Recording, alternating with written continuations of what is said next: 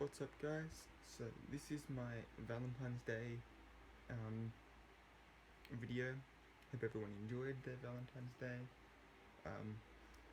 This video is going to have like two parts, and I'll try to keep it as short as possible.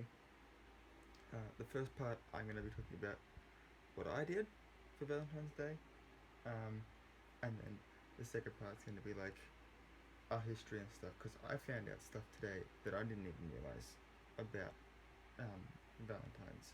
So I'm going to be presenting my findings. So let's get into it. So what I did for Valentine's Day was,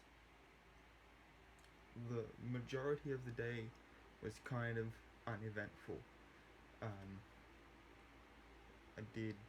I went into town and I did a bit of shopping and stuff with my brother and one of his friends, and then came home and I did a bit of cooking in preparation for doing more cooking that night, and then at about 4 o'clock, which is normally when I go exercising, my girlfriend arrived after I had just been for my exercise, because knowing that she was coming at that time, I went earlier to do my daily exercise down at the beach and stuff. So she gets in at 4. She comes inside. She's not feeling real well because she's got real bad like headache, migraine type thing going on. So she was a little bit tired and not that full of energy. And then, so anyway, she comes in. I give her rose and some chocolates because I'm basic like that. And then we kind of chilled out until about 6.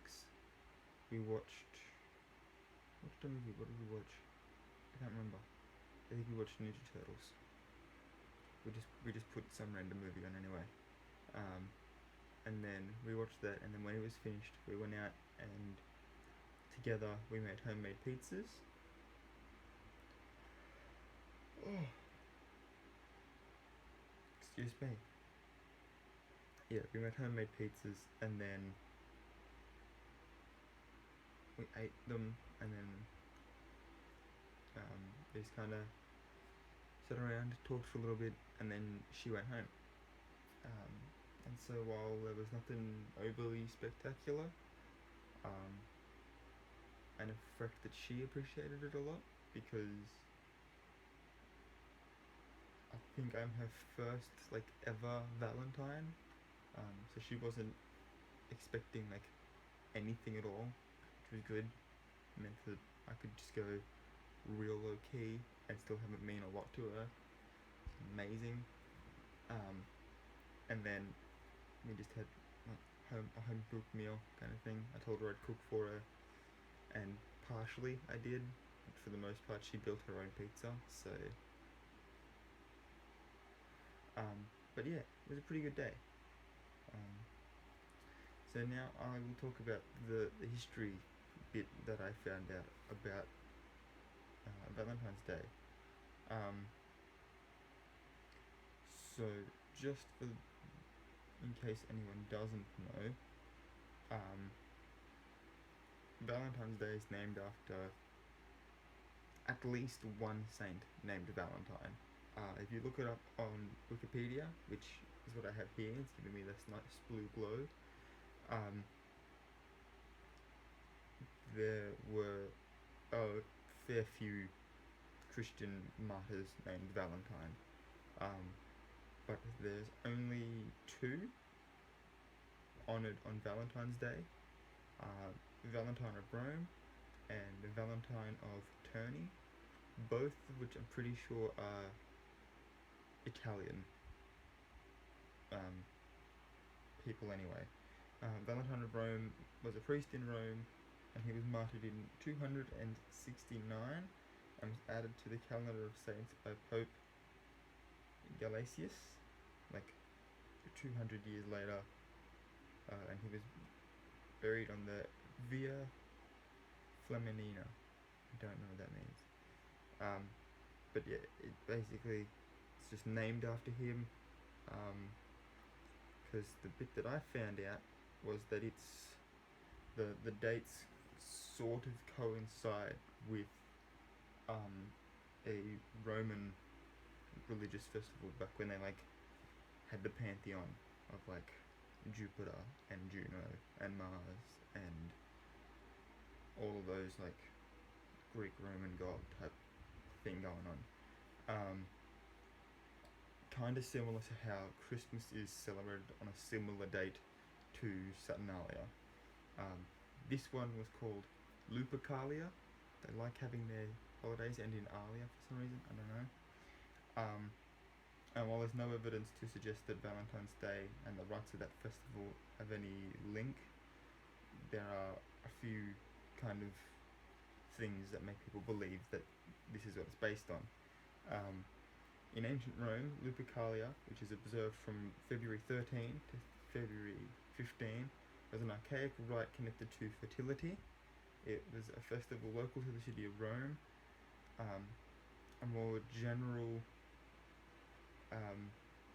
festival to celebrate Juno the Purifier, or like the purity of Juno or whatever, was celebrated February 13, February 14, and I suppose that's because none of the Olympians are actually daughters of Hera. Aphrodite came out of a seashell. Athena was born out of Zeus's head. Artemis and Apollo were sons and daughter of Leto and Zeus, not Hera and Zeus. And then that only really leaves Ares after that, and I can't remember exactly how he was born, but I'm pretty sure he's not Hera's, which is why she's always like made out to be like some jealous old woman, because of the 12 Olympians, none of them are her own children.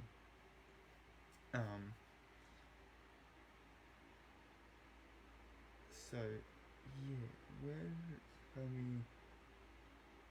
I read another bit here that told me what it was all about.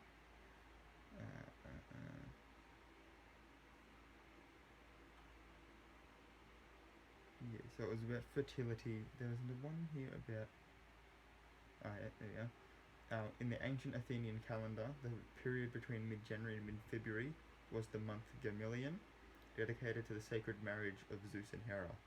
So between the marriage between Zeus and Hera and celebrating Juno's, Hera's chastity and like whatever, you've kind of got like the romantic love there rather than like a lustful like sexual desire, which is how Lupercalia kind of is Valentine's Day, and then kind of also isn't, because it's a much longer festival rather than just the one day. All of this is on Wikipedia, so if you want to find out more, you could just go and look that up yourself. And yeah, that's all I got for today. If you like this video, please give it a thumbs up. Don't forget to comment down below if there's other holidays you'd like to see me do a similar thing for. I might end up just doing a whole different lot of holiday type videos. And please hit the subscribe button as well, if you haven't already, because I make new videos every single day. And yeah, keep your eyes open and bright, guys, and I'll see you all next time.